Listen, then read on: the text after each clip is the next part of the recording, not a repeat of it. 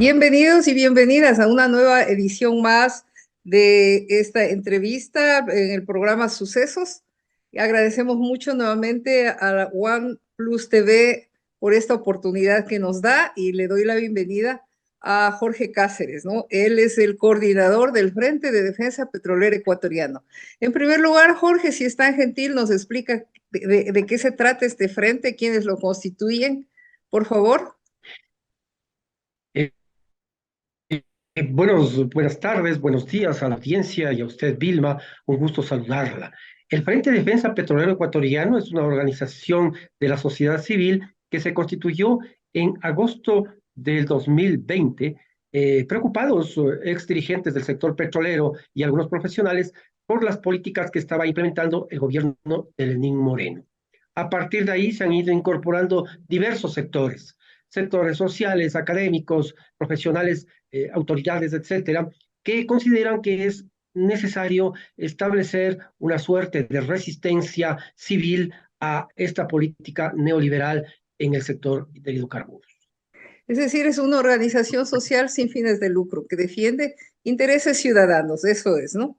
Y Así es es. muy importante, pues, la organización y la defensa de nuestros intereses por parte de los ciudadanos y ciudadanas que podemos ser y somos afectados normalmente o a veces por las políticas que toman los diferentes gobiernos. En esta oportunidad vamos a tratar el tema de la inconstitucionalidad de las reformas a la ley de hidrocarburos, ¿no? Estas reformas Jorgito, se introdujeron en la Ley Orgánica para el Desarrollo Económico y la Sostenibilidad Fiscal tras la pandemia COVID-19. Miren qué largo nombre de esta ley. En corto se le conoce como la ley tributaria, ¿no? Que está vigente desde noviembre del 2021. Esta ley fue enviada como un proyecto económico urgente por el actual gobierno a la Asamblea y entró por el Ministerio de la Ley. Es decir, la Asamblea no realizó ningún cambio y se puso en vigencia, pero incluía una parte con reformas a la ley de hidrocarburos, que quisiera pedirle, por favor, Jorge, que nos explique qué buscaban esas reformas que se introdujeron en esa ley respecto a la ley de hidrocarburos. Pongamos un antecedente importante. Las reformas a la ley de hidrocarburos fue una necesidad que se plantearon desde el Fondo Monetario Internacional en el mismo gobierno de Lenín Moreno. No lograron presentarle a la Asamblea un proyecto de reformas a la ley de hidrocarburos, pero finalmente el gobierno del presidente Lazo tuvo la oportunidad de presentarle a la Asamblea este proyecto de nombre tan largo que se le denomina ley tributaria, en el cual incluyeron unas reformas a la ley de hidrocarburos. ¿Cuáles eran las reformas a esta ley de hidrocarburos que se planteaban desde el artículo 133 al 145? Reformas que planteaban, la primera, la delegación excepcional y a la iniciativa privada de la gestión de las actividades de exploración y explotación. El ministerio con estas reformas tenía la capacidad, previo un informe de Petroecuador, destacándose aquí que dejaban de lado las responsabilidades que tenía la Secretaría de Hidrocarburos. Otro cambio, otra modificación que apuntaba la ley de las reformas a la ley de hidrocarburos era la delegación de los campos en producción, delegación a la iniciativa privada de campos de producción. La delegación se la concebía o se la concibe en este proyecto de ley que fue enviado al registro oficial como un proceso en el que no implica transferencia ni dominio de bienes e instalaciones de la actual Petroecuador. Lo que se supone es que se transfiere más bien la renta petrolera. Es importante señalar que la delegación se estaba planteando para campos que tenían una experiencia en producción, campos, como denominan los técnicos, campos productivos. La otra modificación a la ley tiene que ver con la migración a contratos de participación, los contratos de servicios específicos. Esto sin ningún proceso licitatorio, sin que medie ningún proceso como establece la ley de contratación pública, sino simplemente aquellas empresas que tenían contratos de servicios específicos, al sentir que estos ya no los eran absolutamente rentables, cambiaban a la modalidad de contratos de participación. ¿Cuál es la diferencia del uno respecto al otro? Los contratos de servicios específicos tienen relación fundamentalmente a pagar una tarifa respecto a un trabajo determinado.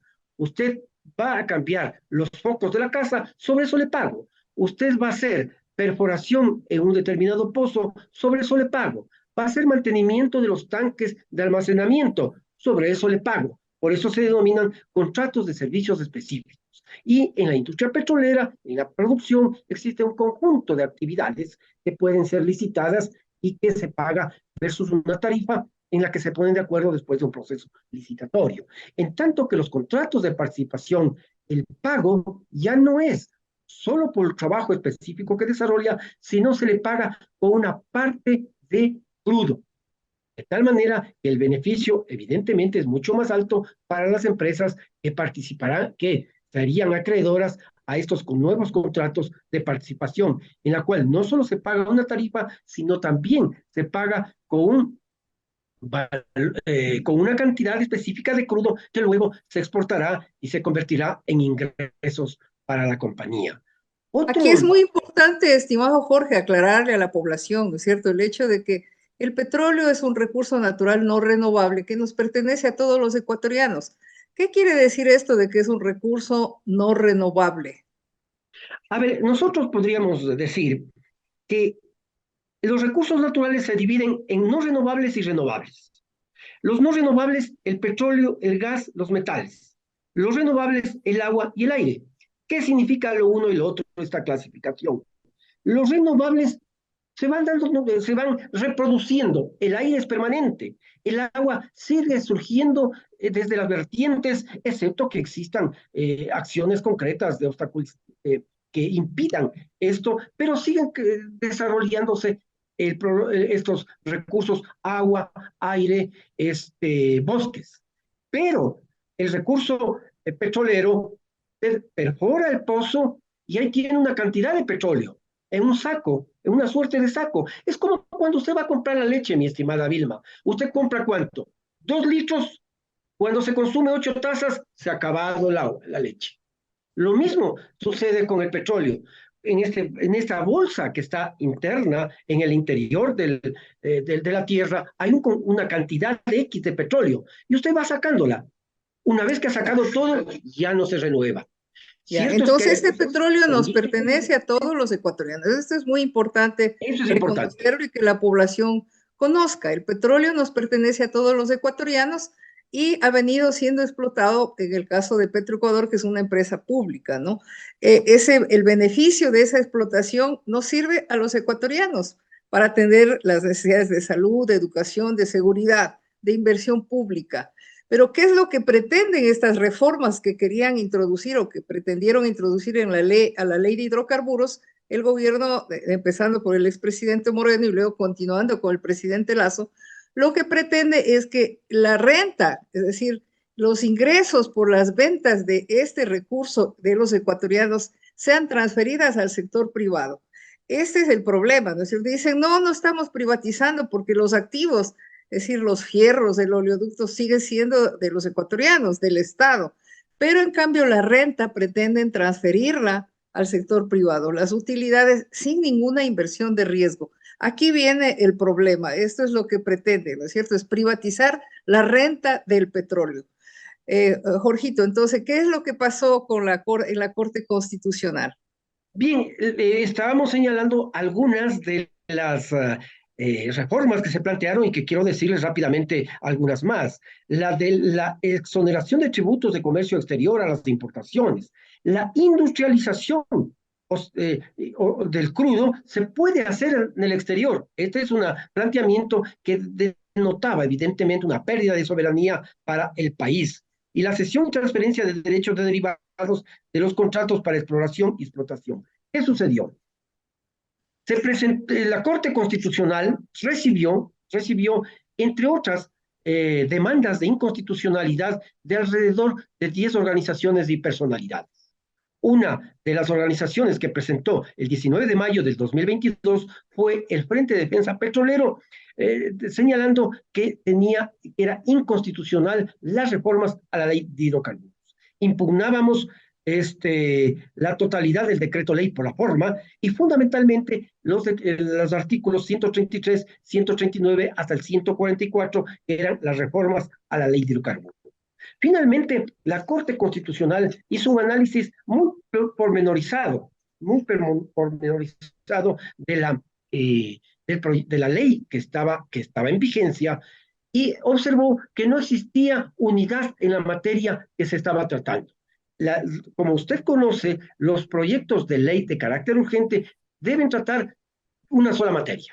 Y esta es la materia tributaria a la que fundamentalmente apuntaba el gobierno para incrementar asignaciones, para incrementar impuestos a profesionales, a ciudadanos, etcétera. Pero ahí incluyó estas reformas a la ley de hidrocarburos. Y finalmente la sentencia señala en aceptar parcialmente la demanda de acción pública de inconstitucionalidad y declarar inconstitucional por la forma, con efectos a futuro, desde la publicación en el registro oficial de los artículos 131 a 145 de la Ley Orgánica para el Desarrollo Económico y la Sostenibilidad Fiscal tras la pandemia COVID-19. Con esto, evidentemente, el gobierno nacional se queda sin estas benditas reformas que le permitían trasladar lo que decíamos antes a la iniciativa privada, campos de producción, refinar en el exterior, posibilidad de refinar en el exterior nuestro petróleo, ceder la renta que produce la refinería estatal petrolera a partir de un proyecto de modernización, entre comillas, en el cual se establece una gestión conjunta de esta infraestructura petrolera del país.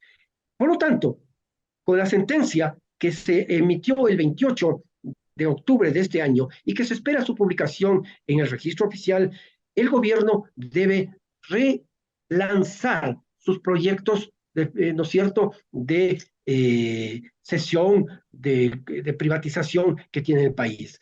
Pero como yo sospecho que no lo va a hacer, entonces necesitamos que las fuerzas sociales, el Frente de Defensa, el Foro Politécnico, Jubileo 2000 y decenas de organizaciones y asambleístas patriotas estén atentos a que este proceso, a que este proceso no continúe, de tal manera que podamos nosotros detener cualquier intento de privatización del sector.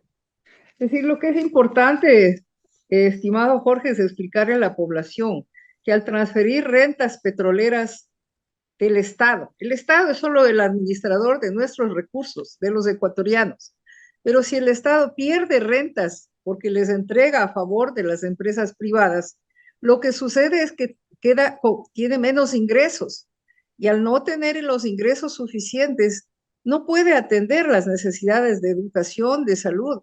Y en definitiva, ¿no es cierto? Aunque dice el gobierno que no está privatizando el petróleo, en realidad, al privatizar las rentas, al entregarle al sector privado una mayor participación en las rentas, en los ingresos por la explotación del petróleo, lo que está provocando definitivamente es una pérdida de ingresos para los ecuatorianos. Es decir, los ecuatorianos somos los perjudicados de estas políticas de transferencia de las rentas hacia el sector privado, que es el que se beneficia.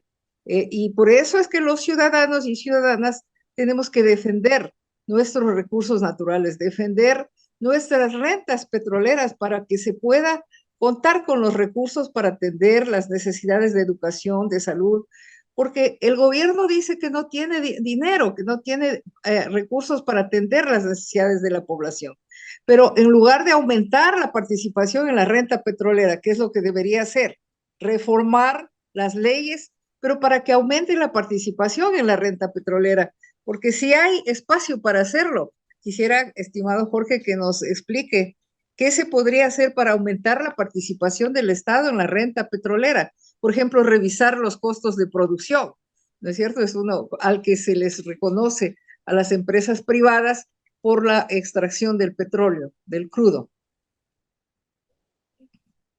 Efectivamente, lo que usted señala es un tema muy importante.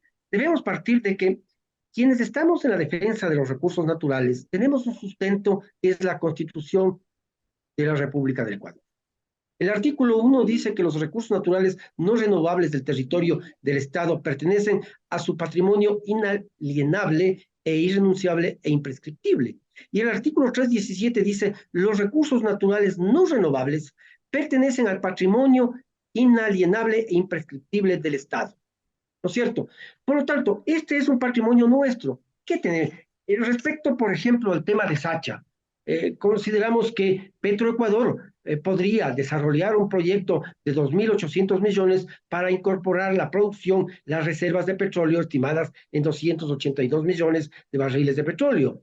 El Estado ecuatoriano actualmente no cuenta con todos los recursos económicos para desarrollar las reservas mencionadas, por lo que se plantea dos opciones. Una, obtener financiamiento para desarrollar las reservas por administración directa de Petroecuador, y obtener financiamiento implica financiamientos de gobierno a gobierno, fundamentalmente, donde se puede obtener tasas de interés que significan una mejor opción para el país. O segundo, llamar a una licitación internacional para la operación del campo.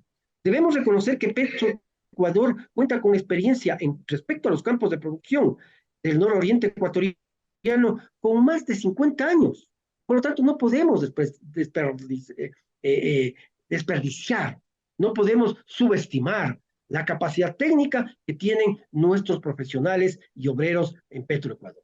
Esta es Esto es una de muy las importante, ¿no alternativas. es cierto, Jorgito? Tenemos la experiencia, tenemos la capacidad y en un próximo análisis profundizaremos en este tema de las capacidades, de las competencias que tenemos internamente y de lo que podríamos hacer para aumentar la participación del Estado, es decir, de los ecuatorianos en la renta en general de toda la actividad petrolera. Muchísimas gracias por acompañarnos en esta ocasión. Gracias, Vilma. Un gusto saludarle a usted también y a la audiencia que nos está escuchando.